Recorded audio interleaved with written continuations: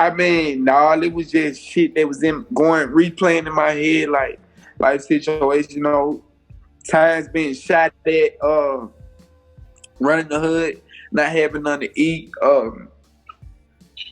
mama on Section 8, mama stressing about the bills, around the center to come to pick up their couches and shit, like, you feel me? Shit like that was always in my head that I knew, like, most people got, like, people having this shit like this for real, but it's getting taken away from us, like, shit like that was replaying in my head. And you feel me? I decided to rap one day, but I don't know what I'm rapping about, but I do know I've been through some shit, like, I'm not finna go on a trek and say I sold this many bricks or this, and I know I ain't never touched none of that shit, you feel me? Or say I killed this nigga and killed that nigga, and I ain't never killed the nigga. So I figured I could put my life into this shit, like, realize I don't want to be no cap rapper, like, realize say what the fuck I've been through. I don't know, it was more confident in what I can do, but I'm not trying. Like, you feel me? Like, say if somebody got a talent, but they know they going through something, you can do this, but you ain't never really had the tools to do this. Like, growing up, I was broke as fuck.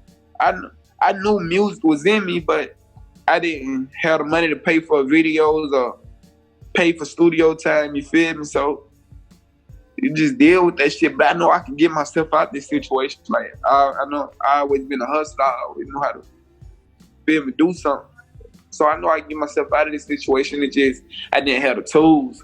So when I ended up getting a job, my first paycheck paid for a video, paid for 1 hour studio time, made a song. When I say family, I meant my brothers and sisters. Like, they play a big ass part in my motivation. Like, they motivate the fuck out of me to keep going. Like, the look on their face when I show them music or just walking around the house, and they first of all, it's hard to get my brothers and sisters' attention. Like, growing up, they didn't like nothing but legends. Like, if you're not a legend, they ain't really listening to your music. So, like, just to see them fuck with somebody music, like, they didn't even fuck with local rappers. Like, if you ain't a legend, like, they ain't fuck with your music. Like, so just to hear them playing my music 24/7, being able to say I'm their brother, like, I show them music, they reaction like, damn, like, you mean to tell me you can do this all of this time? Like, you mean to tell me you can rap?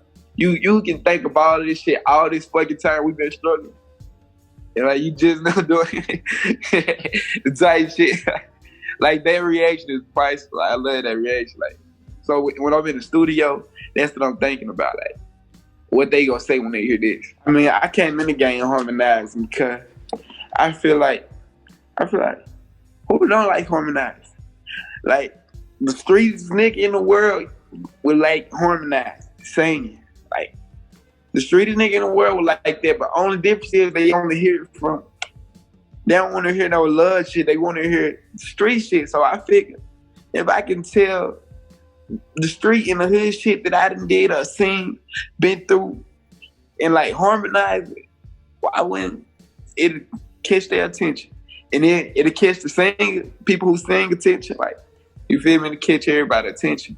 I just got an ear for it, no cocky shit or none of that. But it's like, you go into the studio, and nobody can tell you how you want your life to be, how you want your life to sound, or how you want yourself to sound.